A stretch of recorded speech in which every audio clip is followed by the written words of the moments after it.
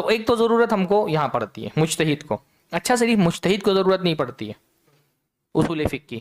اب اس کا یہ مطلب ہے کہ اگر ہم کو مجتہد بننا ہے تبھی اصول فقہ پڑھنا ہے. مجتہد سے نیچے درجہ ہوتا ہے طالب علم کا, ہے نا. اب آپ کے ذہن میں نہیں کہ ہم تو اس درجے پہ جانے والے نہیں, اللہ تعالیٰ آپ لوگوں کو پہنچا دے, مجتہد کے درجے بھی پہنچا دے.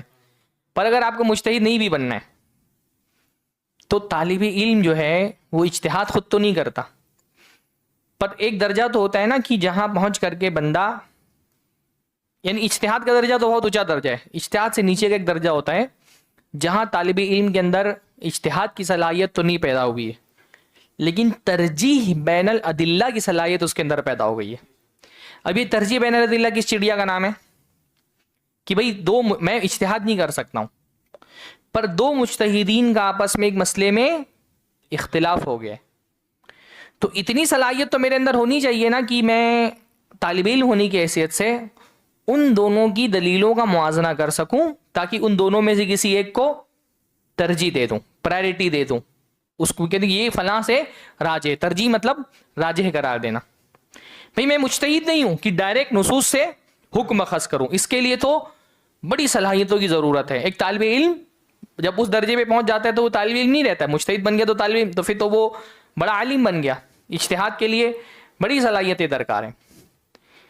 پر ایک مرحلہ ایسا ہوتا ہے نا طالب علم کا جہاں اس کے پاس اختلاف آیا ائمہ کا, تو ائمہ کا اختلاف کبھی تو نص کے ثبوت کی وجہ سے ہوتا ہے کہ بھئی حدیث صحیح ہے کہ نہیں صحیح ہے. جس حدیث سے ایک حدیث سے ایک مجتہد اجتہاد دلیل لے رہا ہے, ایک حدیث سے دوسرا مجتہد دلیل دے رہا ہے, تو اختلاف کے بہت سارے اسباب ہوتے ہیں. ہمیں ایک موضوع بہت اچھا ہے, اختلاف ہے, اختلاف و اسباب الفقہا, فقہا کے اختلاف کے اسباب, اس ایک لمبی فہرست ہے. اور اہل حدیث کو یہ موضوع ضرور پڑھنا چاہیے تاکہ ہم کو پتہ چلے کہ بھئی فقہی اختلافات کیوں ہیں.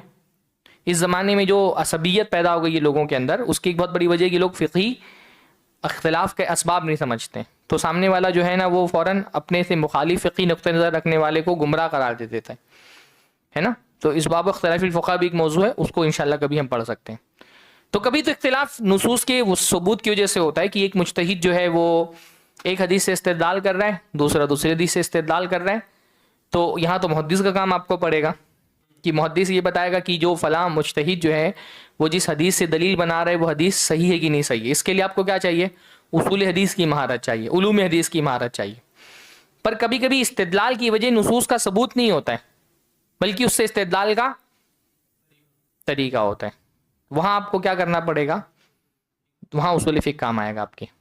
اگر آپ اصول استدلال جانتے ہیں تو آپ سمجھ جائیں گے کہ بھئی کس کا استدلال زیادہ قوی ہے, کس کے استدلال کو. بہت سارے جو نوازل ہوتے ہیں نا, نوازل میں عام طور پہ اختلاف کی وجہ نص کا ثبوت نہیں ہوتا ہے. نوازل یعنی جو نئے مسائل پیدا ہوتے ہیں, جیسے میں نے بتایا نا, مسائل کچھ پرانے, کچھ مسائل نئے پیدا ہوں گے. نئے مسائل میں اختلاف کو سمجھنے کے لیے بھی آپ کو اصول فقہ کی ضرورت ہے, اور اس اختلاف میں ترجیح دینے کے لیے بھی آپ کو کس کی ضرورت ہے, اصول فقہ کی ضرورت ہے. جیسے ایک مشہور مسئلہ میں بتاتا ہوں. ابھی جو کیمرہ سے لی گئی تصویریں, جو کیمرے سے تصویر لیتے ہیں امیج, اب اللہ کے نبی کے زمانے میں ظاہر سی بات ہے کہ کیمرہ تو تھا نہیں, تو اسے کیمرے سے لی گئی تصویروں کے بارے میں آپ کو کوئی حکم ڈائریکٹ تو نہیں ملے گا کہ بھئی کیمرے سے لی گئی تصویروں کا حکم یہ ہے. اللہ کے نبی نے فرمایا کیمرے سے لی گئی تصویریں حرام ہیں. اللہ کے نبی کے زمانے میں حکم ہے, کون سا حکم ہے, اس زمانے میں جو ہاتھ سے تصویریں بنائی جاتی تھیں اس کے بارے میں فرمایا کہ جو مصور ہے اس کو قیامت کے دن سب سے سخت ترین عذاب ہوگا. تو اس کے بارے میں تو نص مل گئی ہم کو, ہے نا. کیمرہ تو اس زمانے میں ایجاد نہیں ہوا تھا, تو جو کیمرہ اس زمانے میں ایجاد نہیں ہوا تھا تو کیا اس کی تصویر کے بارے میں شریعت میں کوئی حکم نہیں ہوگا؟ حکم تو ہوگا, کیونکہ ہم نے شروع میں کہا نا کہ شریعت, بھائی شریعت اگر کسی چیز میں حکم نہ بتائے تو ناقص ہو جائے گی شریعت, کیونکہ یہ تو چیز ہے نا.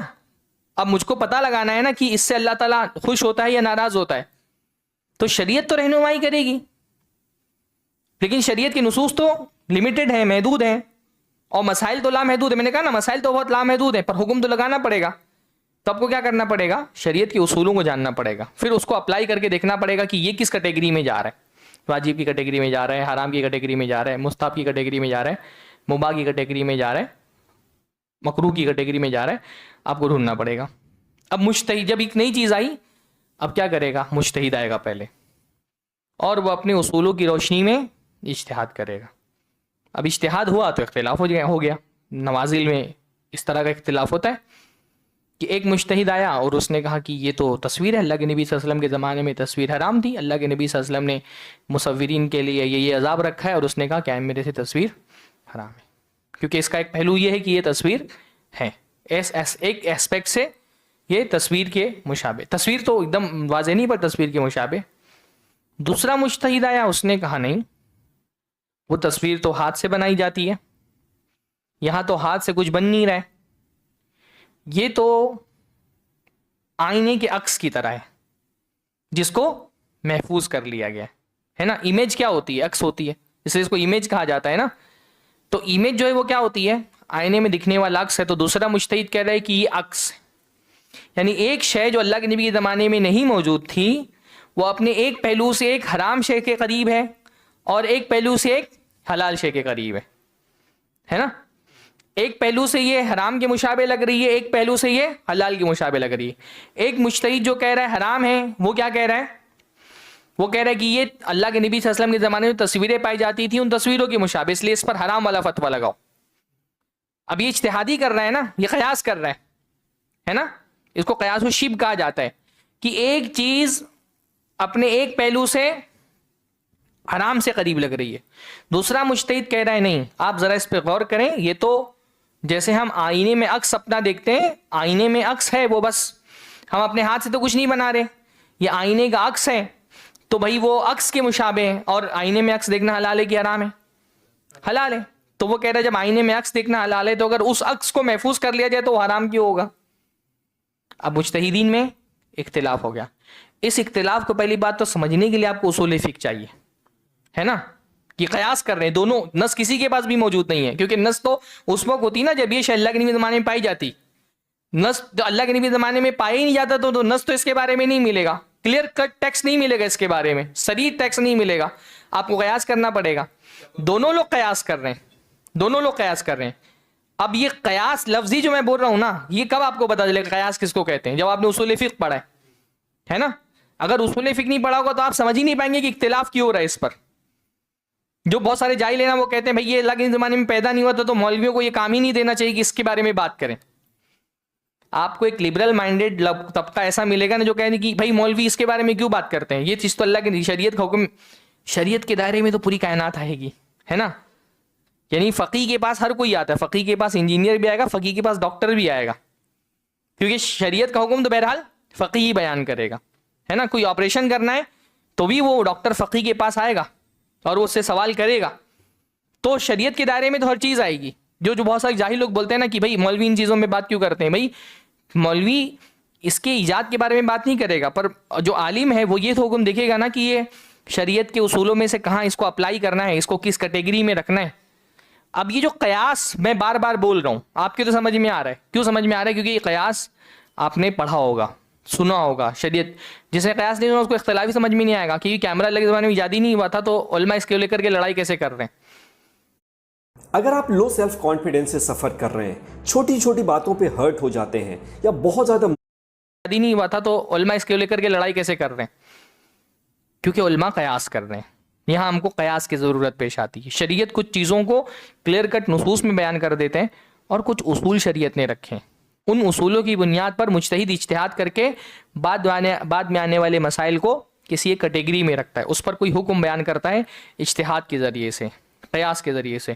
تو میں نے بتایا نا کہ جو کچھ چیزیں جو نوازل میں سے نہیں ہیں، پرانی ہیں، ان میں بھی آپ کو حکم تک پہنچنے کے لیے اصول فقہ کی ضرورت ہوتی ہے. پھر جو نئے مسائل پیدا ہوتے ہیں ان کو بھی سمجھنے کے لیے، استدلال کرنے کے لیے، حکم بیان کرنے کے لیے بھی آپ کو ضرورت ہے.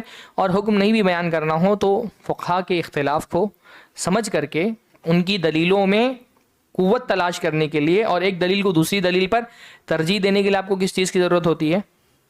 اصول فقہ کی ضرورت ہے. تو اصول فقہ کے بغیر تو مجتہد بھی نہیں بن سکتے. آپ اس طالب علم کے درجے پہ جانے کے لیے جو مجتہدین کے اختلاف کو سمجھ سکے اور ان اختلافات میں ترجیح دے سکے، اس کے لیے بھی آپ کو کیا چاہیے؟ اصول فقہ چاہیے، تاکہ آپ ان کے اصول استدلال کو سمجھیں نا، وہ استدلال کیا کر رہے ہیں. جب ان کے استدلال کو سمجھیں گے تبھی تو سمجھ میں آئے گا کس کا استدلال سمجھ رہے ہیں نا، مسائل کو ڈرائیو کرنا ہے نا، مسائل سے احکام کو ڈرائیو کرنا، مسائل سے حکم نکالنا. تو مجتہدین جو حکم نکال رہے ہیں تو اس میں سے کس کا حکم زیادہ صحیح ہے، کس کا حکم صحیح کم مطلب راجح ہے، مرجو ہے، اس کو سمجھنے کے لیے بھی ہم کو اصول فقہ کی ضرورت ہے.